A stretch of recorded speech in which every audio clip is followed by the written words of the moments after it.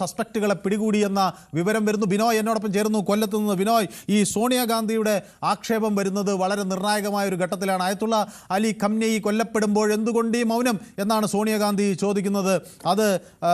അതിൽ ഇന്ത്യ ധൃതി പിടിച്ചൊരു അഭിപ്രായം പറഞ്ഞാൽ അത് ദീർഘവ്യാപകമായ ഒരു പ്രശ്നത്തിന് വഴിവെക്കും എന്നുള്ളത് കൊണ്ടായിരിക്കുമോ മിണ്ടാത്തത് എന്നൊരു ചോദ്യമുണ്ട്. പക്ഷേ ഇത് തന്ത്രപരമായ ഒരു നിലപാടാണ് എന്ന് വാദിക്കുന്നവരുമുണ്ട്. ബിനോയ്, ഒരുപക്ഷെ സോണിയാഗാന്ധിക്ക് പിന്തുണയായിരിക്കും നൽകുന്നത്, അല്ലേ?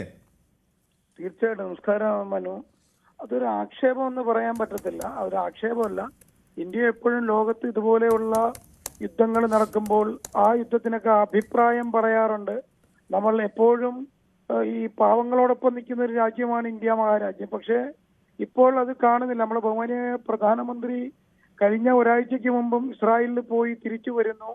അപ്പൊ ഈ ഇസ്രായേലും അമേരിക്കയുമായിട്ടുള്ള നയതന്ത്ര ബന്ധം ആവശ്യമാവാം.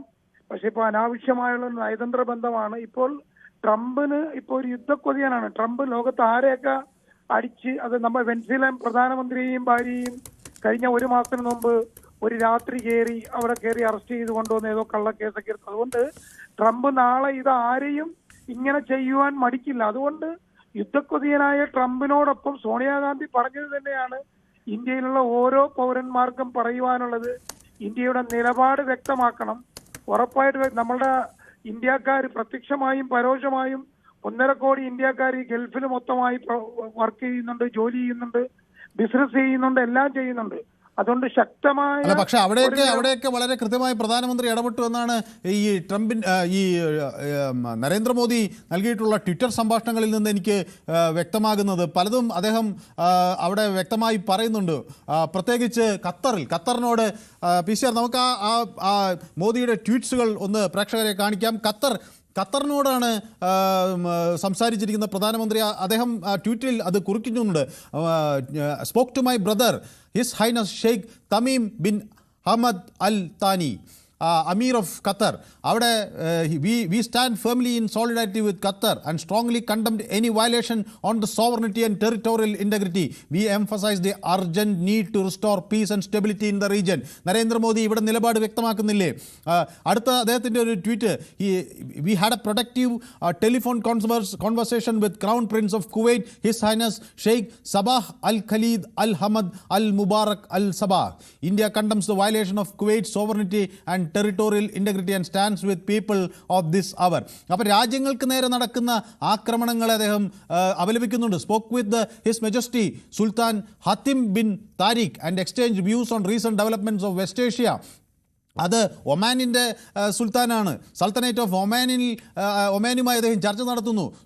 അവിടുത്തെ രാജ്യത്തിൻ്റെ പരമാധികാരം സംരക്ഷിക്കണം എന്ന തരത്തിലുള്ള ആവശ്യം അദ്ദേഹം മുന്നോട്ട് വയ്ക്കുന്നു. അത് ഈ ട്വിറ്ററിൽ അദ്ദേഹം വ്യക്തമാക്കുന്നുണ്ട്. We agreed that a sustained diplomatic engagement is essential for earliest restoration of regional peace. സമാധാനത്തിന് വേണ്ടിയുള്ള സന്ദേശങ്ങൾ, സമാധാനത്തിന് വേണ്ടിയുള്ള നയതന്ത്ര ശ്രമങ്ങൾ ഒക്കെ ഒരു വശത്ത് പ്രധാനമന്ത്രി നടത്തുമ്പോഴാണ് ഈ ആക്രമണം എന്നാണ് നിങ്ങൾക്കെതിരെയുള്ള ആക്ഷേപം. ബിനോയ്, മിസ്റ്റർ മനു, ഒരു കാര്യം ഞാൻ പറയാം. ഇന്ത്യയുടെ നിലപാട് നമ്മൾ വ്യക്തമാക്കി. ഇതിപ്പോ അടികൊണ്ട് നടക്കുന്ന അറബ് രാജ്യങ്ങളോട് വിളിച്ച് കുഴപ്പമില്ല, നിങ്ങൾക്ക് എന്ത് സംഭവിച്ചു, ഓക്കെ, അത് അവിടെ അല്ല നമ്മളുടെ നിലപാടതല്ല.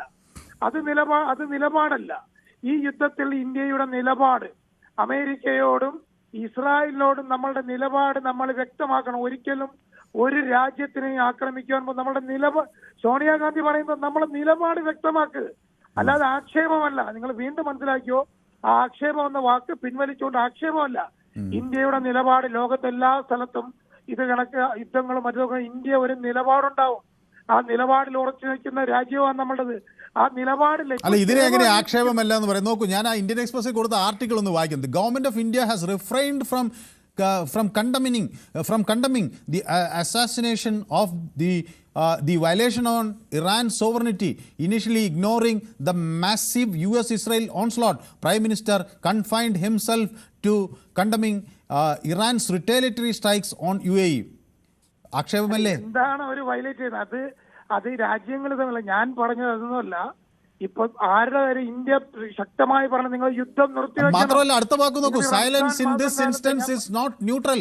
the assassination was carried out without a formal declaration of war and during an ongoing diplomatic process. Article 2.4 of the United Nations Charter prohibit threat and use of force against international integrity or on political independence of any state. ഇത് ഒരു ആക്ഷേപമല്ലേ? A targeted killing of a serving head of the state strikes at the heart of these principles. അതാണ് പറയുന്നത്. A targeted killing of the serving head of the state strikes at the very heart of these principles. If such an act passes without principled objection from the world's largest democracy, the erosion of international norms becomes easier to normalize. ഇത് ആക്ഷേപമല്ലേ? മനു, ഞാൻ പറഞ്ഞ diplomatic ആയിട്ട് India സംസാരിക്കുന്നില്ല, ഇതിന്റെ ഒന്നും ആവശ്യമില്ല. Diplomatic ആയിട്ട് നമ്മൾ സംസാരിക്കും. അവിടെയുള്ള 250ഓളം കുട്ടികൾ, ഇറാനിലുള്ള കുട്ടികളെ ആദ്യത്തെ ദിവസം മിസൈൽ ആക്രമണത്തിൽ കൊല്ലപ്പെട്ടു. ഇതിനെ ഒന്നും ഇന്ത്യ മഹാരാജ്യം അപലപിക്കുന്നില്ല. ഞാനും താങ്കളും ഉള്ള ഈ രാജ്യത്ത് അപലപിക്കുന്നില്ല അതിനെയൊന്നും. അമേരിക്ക അത് ചെയ്തത് തെറ്റായി പോയി, ഇസ്രായേൽ ചെയ്തത് തെറ്റായി പോയി. നിങ്ങൾ അവരുടെ ഈ യുദ്ധ കേന്ദ്രങ്ങളിലേക്കിട്, അവരുടെ ആർമിയിലോട്ടിട്, അതൊന്നും കുഴപ്പമില്ല. പക്ഷെ സാധാരണക്കാരെ കൊല്ലുന്നതിനോട് ഇന്ത്യ രാജ്യം പ്രതികരിക്കണം. ഇന്ത്യയുടെ പ്രധാനമന്ത്രി, ഇന്ത്യയുടെ ഭരണകൂടം അതിന് നയം വ്യക്തമാക്കണം. അതുകൊണ്ട് തന്നെയാണ് പറയുന്നത്, നിങ്ങൾ സോണിയാഗാന്ധി ആക്ഷേപിച്ചെന്നുള്ള വാക്ക് നിങ്ങൾ പിൻവലിച്ച് നിൽക്കണം. കാരണം ഇത് ആക്ഷേപമല്ല, ഇന്ത്യയുടെ നിലപാട് ഇന്ത്യ വ്യക്തമാക്കണമെന്നാണ് ഞങ്ങൾ പറയുന്നത്. അല്ലാതെ അവിടെ ബോംബിട്ടെടുത്ത് ചെന്ന് 2 മെസ്സേജോ അല്ലാതെ അവിടത്തേക്ക് മെയിൽ ചെയ്ത് ട്വീറ്റ് ചെയ്തിട്ടോ കാര്യമില്ല. സംഭവം ഉണ്ടാക്കാതിരിക്കാൻ വേണ്ടി ഇന്ത്യ മഹാരാജ്യം ശ്രമിക്കണം. ശരി, വ്യക്തമാണ്, താങ്കളുടെ അഭിപ്രായം വ്യക്തമാണ്. അപ്പൊ ബാലകൃഷ്ണൻ വടകര എന്നോടൊപ്പം ചേരുന്നു. ശ്രീ ബാലകൃഷ്ണൻ വടകര, ഇത് 48 മണിക്കൂർ കഴിയുന്നു. 48 മണിക്കൂർ, അതായത് ഈ ആക്രമണത്തിൻ്റെ 48 മണിക്കൂറിന് മുൻപ് സോണിയാഗാന്ധി എഴുതുകയാണ്, prime minister returned from A visit to Israel. ഇസ്രായേലിലെ സന്ദർശനം കഴിഞ്ഞ് വരികയാണ്. അവിടെ ബെന്യാമിൻ നെതന്യാഹുവിന് അർത്ഥശങ്കയ്ക്കിടയില്ലാത്ത പിന്തുണ നൽകുകയാണ്. അത് ഈ ഗാസ കോൺഫ്ലിക്റ്റിന് ശേഷം നൽകുകയാണ്. അത് ഈ ലാർജ് സ്കെയിൽ സിവിലിയൻ കാഷ്വാലിറ്റീസ്, അതായത് വളരെ വലിയ തോതിൽ ഉള്ള ജീവഹാനി സംഭവിച്ചിരിക്കുന്നു ഈ ഗാസയിലൊക്കെ. അപ്പോൾ അതിനുശേഷം അതിൽ പ്രധാനമായും സ്ത്രീകൾ, കുട്ടികളൊക്കെ ഉൾപ്പെടുമ്പോഴാണ് ഈ പിന്തുണ നൽകുന്നത് എന്നൊരു ആക്ഷേപമാണ് സോണിയാഗാന്ധി വയ്ക്കുന്നത്. അപ്പോൾ ഈ മൗനത്തെ ശ്രീ ബാലകൃഷ്ണൻ വടകര എങ്ങനെ വിശേഷിപ്പിക്കും? സാർ നമസ്കാരം. നമസ്കാരം. ലോക ജനതയ്ക്ക് മുമ്പിലും ഇന്ത്യൻ ജനകോടികളുടെ മുമ്പിലും വളരെയധികം ജനഹൃദയങ്ങളിലുള്ള ഒരു നേതാവാണ് നരേന്ദ്രമോദി. അദ്ദേഹം ഒരു ദീർഘവീക്ഷണമില്ലാത്ത നേതാവല്ല. അത്രയും ജനങ്ങളെയും വെറുപ്പിച്ചുകൊണ്ട് ഒരു നയം വ്യക്തമാക്കാതിരിക്കാൻ അദ്ദേഹത്തിന് കഴിയില്ല. NDA സർക്കാരിനെ പറ്റി ബഹുമാന്യായ സോണിയാഗാന്ധി ഭയപ്പെടേണ്ട. പിന്നെ ഇന്ത്യയിലെ ജനകോടികളുടെ ഉത്തരവാദിത്വം അങ്ങനെ സോണിയാഗാന്ധി ഏറ്റെടുക്കേണ്ട, തന്നിട്ടില്ലല്ലോ കോൺഗ്രസിന്. അപ്പൊ അതുകൊണ്ട് ഇന്ത്യ രാജ്യം ഭരിക്കുന്ന സർക്കാർ ഇതൊക്കെ കൈകാര്യം ചെയ്യാനും കെൽപ്പും കാര്യമുള്ളൂ. കോൺഗ്രസ്സുകാരൻ ഒരു കാര്യത്തിൽ ബേജാറാവണ്ട. കാരണം അവർക്ക് ബഹുഭൂരിഭാഗത്തിന്റെ പിന്തുണ ഇന്ത്യ രാജ്യം കൊടുത്തിട്ടില്ല. അവരങ്ങനെ പറയണമെങ്കിൽ ബഹുഭൂരിഭാഗം NDA സർക്കാരിനൊപ്പം ഇപ്പം തെരഞ്ഞെടുപ്പ് വന്നാലും അങ്ങനെ തന്നെ ഉണ്ടാവാം. അപ്പൊ അതുകൊണ്ട് ലോകരാജ്യത്തെ ജനങ്ങളുടെ മുമ്പിലൊക്കെ ജനഹൃദയങ്ങളിലെ ഈ നേതാവ് അങ്ങനെ ഒരു ഭാഗത്ത് ഒരു വിധത്തിൽ നശീകരിക്കില്ല. രാജ്യത്തിന്റെ പരമാധികാരത്തിൽ ഇടപെടാൻ പാടില്ല എന്ന് അന്നേ പ്രധാനമന്ത്രി പറയുന്നുണ്ട്. ഞാൻ കാണുന്നുണ്ട്, മലയാളത്തിൽ എഴുതി കാണിക്കുന്നത്. ഈ കോൺഗ്രസ്സുകാരൊന്നും കാണില്ല. പിന്നെ ഒറ്റയടിക്ക് കുഞ്ഞുങ്ങളെ വന്നതിൽ അവിടെ മിസൈലാക്കാനാ ഇന്ത്യ. ഈ വിനോയ് ചാറിനെല്ലാം എന്താ കോൺഗ്രസ്സുകാർക്ക് എന്താ ഭരണമില്ലെന്ന് വിചാരിച്ചിട്ട് നല്ല സ്ഥിരതയില്ലേ? ശരി, വ്യക്തമാണ്. ഓക്കെ. അപ്പൊ കൂടുതൽ വാർത്തകൾക്ക് News 18 Keralam YouTube channel subscribe ചെയ്യുക.